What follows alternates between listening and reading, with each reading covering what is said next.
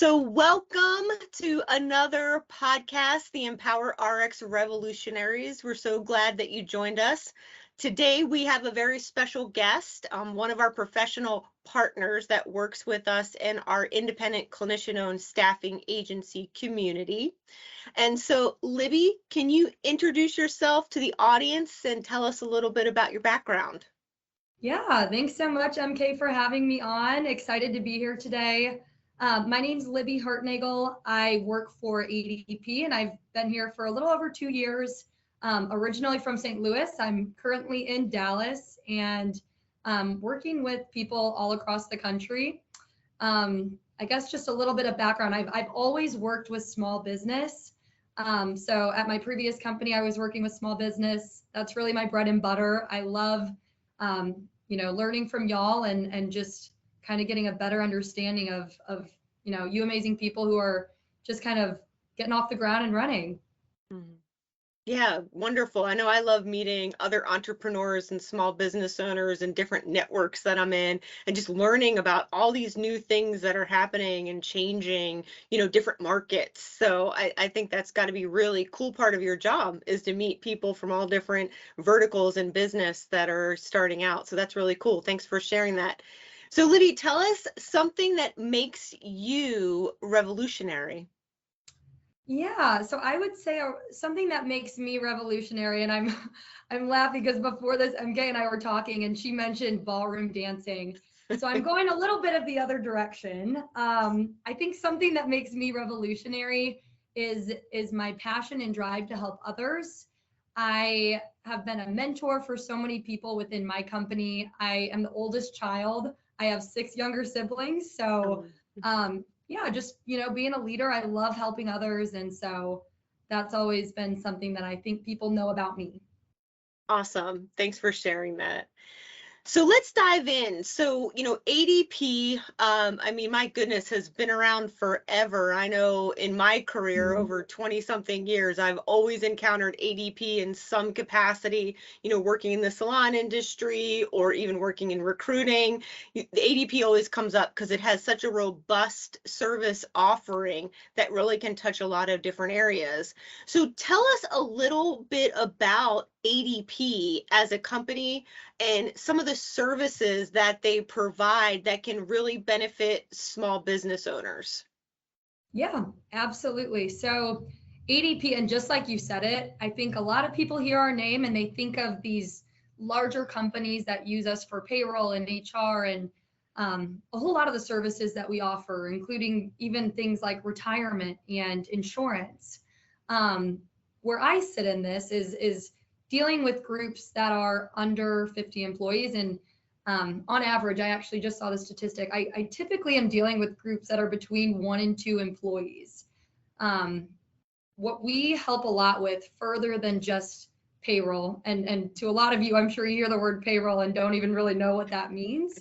A lot of it having to deal more specifically with the taxes and the compliance side of things. So when it comes time for a new business owner to get started and they reach that point where it's time to begin filing taxes and getting into some of those compliance pieces, that's where we really come in and help educate on based on the state that you're in or potentially the industry, what those requirements are.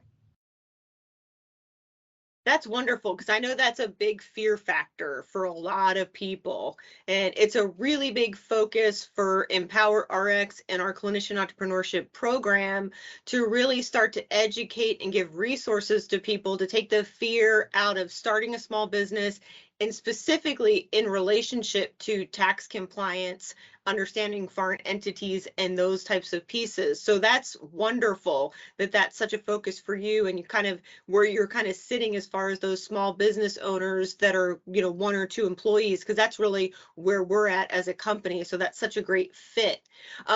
Tell me a little bit about the tax pieces and kind of let's dive into that. So when someone calls you up, right, and says, hey, I'm going through the EmpoweRx program or, obviously outside of EmpoweRx, but what does that look like as far as that initial conversation? What kind of data are you gathering from them that can help you understand what they need as far as tax compliance and understanding and kind of building that out from there? Yeah, no, and that's a great question. Typically when you do start a business and you see and start hearing about all these things you're required to do, like taxes, no one likes taxes. Right. So that's where we come in. We're here to help you out, and things like these terms may just go right over your head, as I would assume they are, but like a 941, that's a Mm. tax that as a business owner owning a business, you're required to pay quarterly. The 940 at the end of the year, that's just your annual tax. And that's something that ADP is just going to completely take on. We'll do the filing and really just handle all of that on your behalf. Something else that I think is really great is we're in constant communication with your CPA firm. We actually just invested a lot of technology and money into creating a new technology called Accountant Connect, where if you do have a CPA, you want them to be constantly in the loop. They're obviously the tax expert. I'm more of the drive in between that, making sure that we have everything set up exactly as they ask us to. Okay, so that's awesome. Yeah, I've actually never heard of those two forms. So that's exciting because I love to learn about tax forms because I'm kind of a I'm nerd sure. that way. Um, so that's really exciting. And I know that feedback that I have from folks in our community that have worked with ADP just said the support is phenomenal. You know, you have folks that we work with that are many of them travel professionals, so they might have their headquarters in one state, but are taking contracts in other states.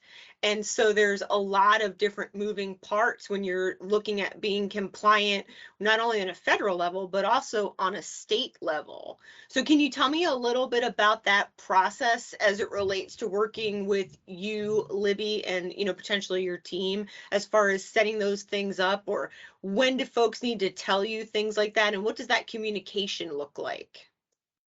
Absolutely. And the situation you just gave is where it can get really tricky. I always think communication is the biggest thing. So anyone I'm working with has my cell phone. If you need to text me and you are having an issue, I am on it right away.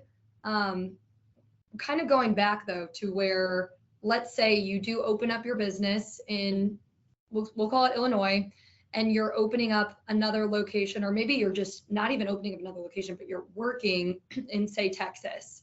Mhm. That's where it can get a little tricky because you're going to have your state income, your state unemployment.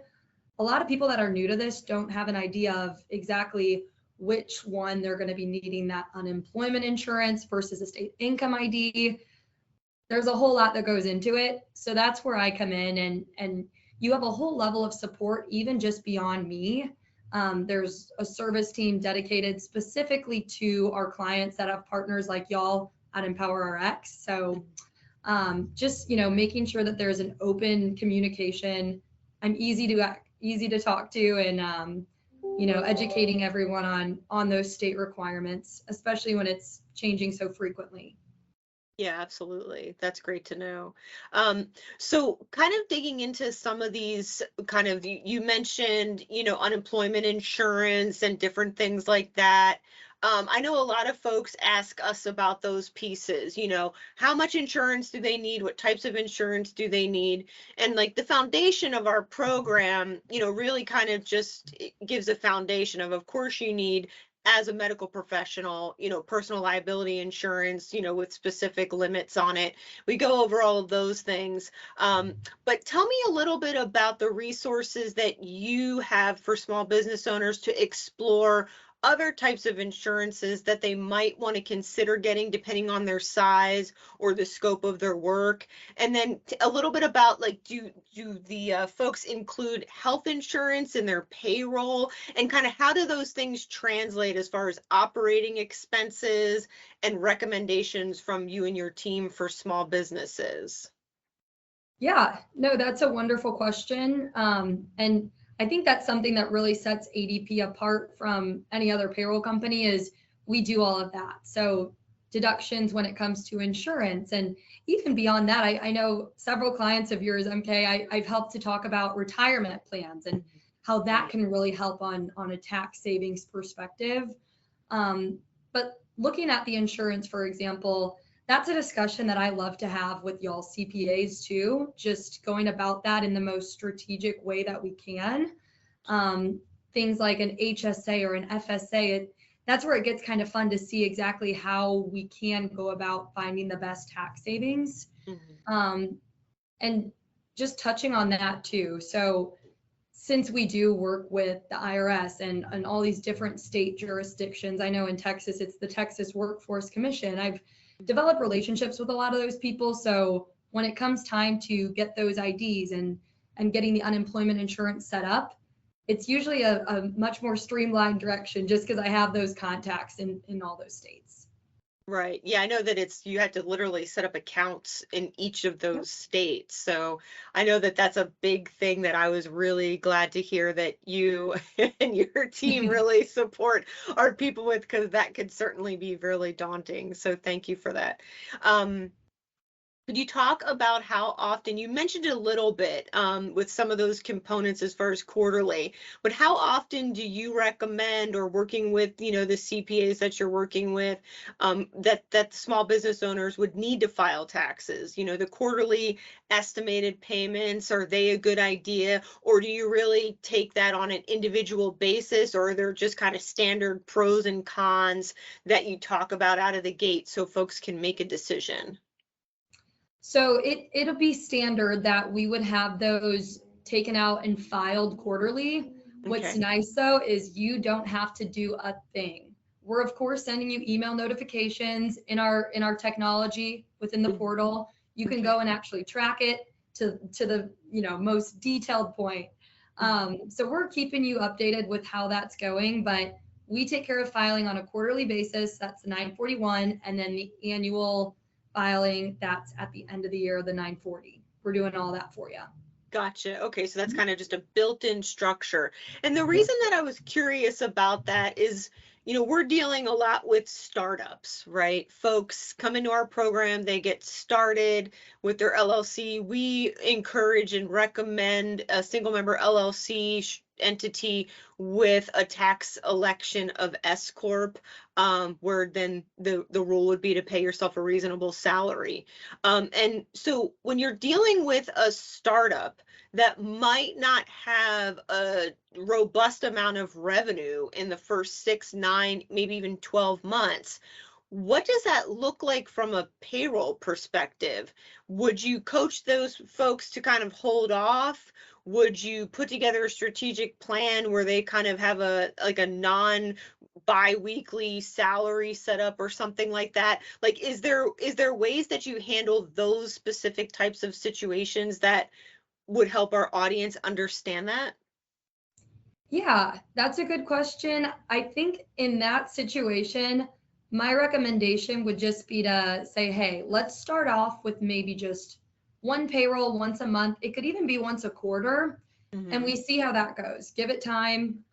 If things are going really well and we want to move that to maybe a bi-weekly situation, even weekly, that's when we would kind of make that adjustment. And a lot of that in terms of how much you're going to be paying yourself, I think is a conversation we'd want to have with your CPA. They obviously are looking at the numbers and they understand the situation a little bit better. But what's great is, we're all a team and we're all in communication. So we would make sure that, we're getting that amount structured and set up early.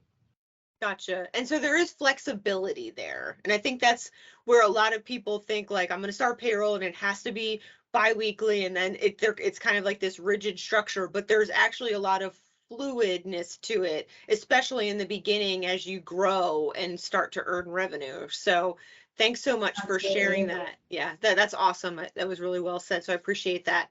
So a couple more things, and thanks so much for your time today, Libby. This has been awesome. Common mistakes. So if you could say these are the top mistakes that small business owners make when they're setting up payroll or thinking about payroll, what would they be?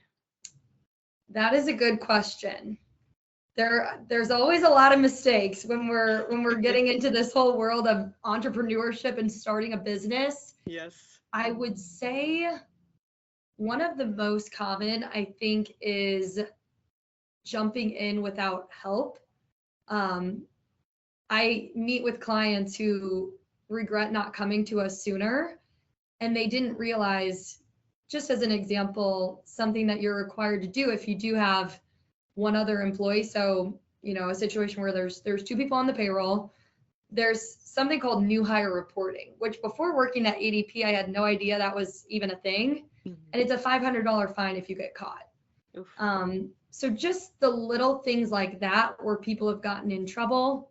Also misclassifying someone potentially as a contractor when they didn't understand, oh, they were, doing this type of work. They technically should have been a W-2. So those are all things when we first talk, I like to really get a good understanding of, what it is in your situation, and making sure to let you know any what ifs. We're going to catch that early on and not let any of those mistakes or slips, come through the cracks.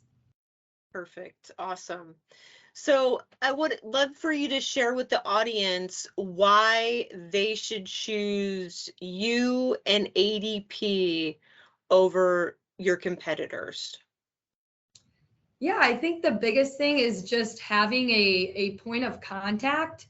You're not going to have to be dealing with a 1-800 client services number all the time. Mm-hmm. I will absolutely give you all the time and make sure it's something you feel absolutely comfortable with.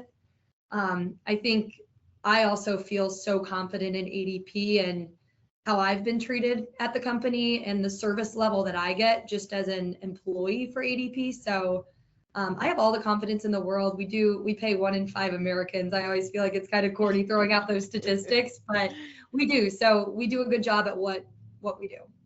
Absolutely. I would highly recommend reaching out to Libby and all of her resources sooner rather than later. And I always tell folks when they ask me, well, why should I use ADP? And I said, because you're going to get the best service ever. And you're going to have so many resources. No other company that I've talked to in the last 5 years can even match what you guys do and the service that you provide. So I say hands down, you would be silly not to reach out to you and to use ADP. So we're so proud to partner with such an amazing company with such a long history in the industry, helping small businesses and large businesses alike. And I really appreciate you taking the time to chat with us this afternoon. Absolutely. Thank you so much, MK. I hope I get to talk to more of you soon, even if it's just for some education. I love meeting you all and learning more about your situation and everything that is going on.